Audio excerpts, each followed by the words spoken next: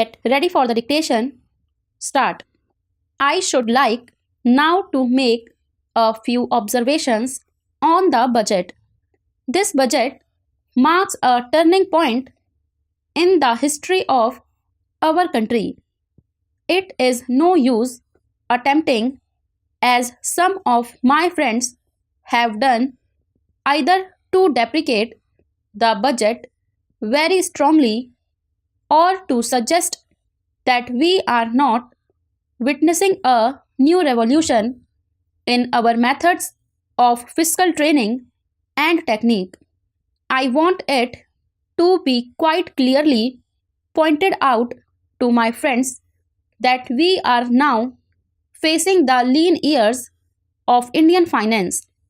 Hitherto, we had revenue surpluses which were a form of public saving and which were meant to be utilized for capital development. Hereafter, this form of revenue surplus would not be available. We have, therefore, to find out ways and means of implementing our great program of national reconstruction at minimum cost. My point is that the deficit on revenue account would be of the order of about rupees 19 to 20 crores.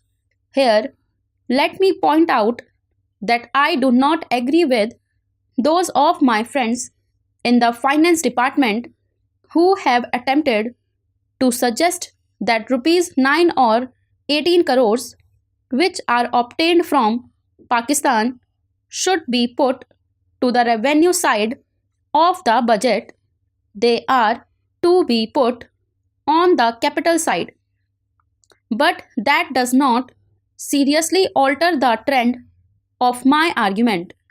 What I am suggesting is that we would have to be prepared for a deficit of a much higher order even on the revenue side.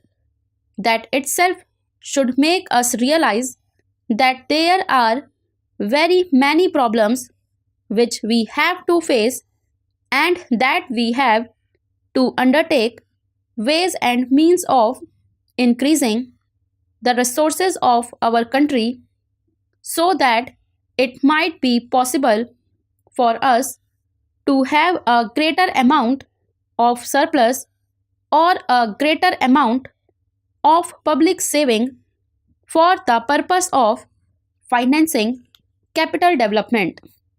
The finance minister, in the course of his speech, Mr. Deputy Minister, pointed out that the deficits during the past 2 years were of the order of rupees 83 crores.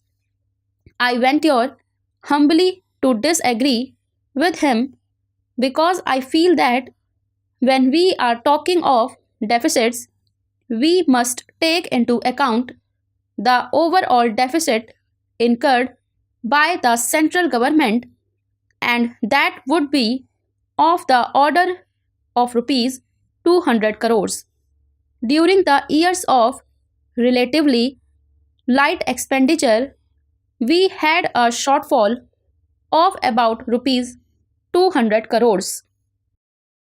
Undoubtedly, now when we are going to have a very great amount of expenditure, we might have a greater amount of deficit, and we would have to find out ways and means of trying to meet our capital expenditure.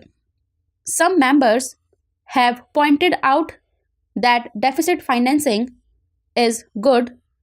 Others have pointed out that it is poison. One honorable member who preceded me pointed out that it could be taken like a tonic. Now, I am not willing to enter into the merits of deficit financing or demerits of deficit financing in an academic spirit. The time has now come when we should face realities. I do suggest that we have to indulge in deficit financing because without indulging in deficit financing, it would not be possible for us to indulge in capital expenditure on such a large scale. But when we are talking of the scope of deficit financing, I would like to place before the House and the Finance Minister the two great limitations which face us. The first limitation that faces us is that concerning the internal price level. The Honorable the Finance Minister referred to the cost of living. He said that he was going to keep a watch over the cost of living so that it may not shoot up within a short period and make a mess of the plans of capital development.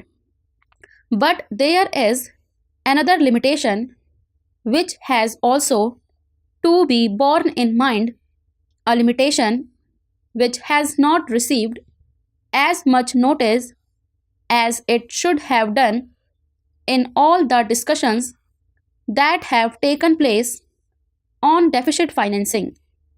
That limitation is the external limitation or the limitation which arises on account of our balance of payments position.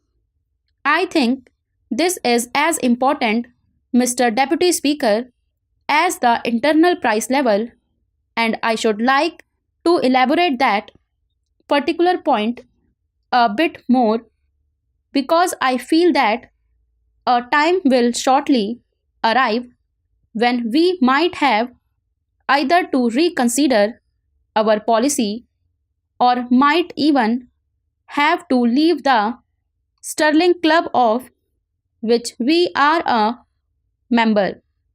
The second serious limitation is as serious as the first.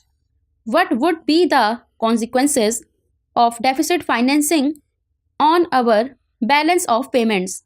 The Finance Minister, in his budget speech, points out that so far as the balance of payments position is concerned, they have now, whether it is by accident or design, a favorable balance, and they have contributed about rupees 63 crores to the dollar pool during the past 6 months.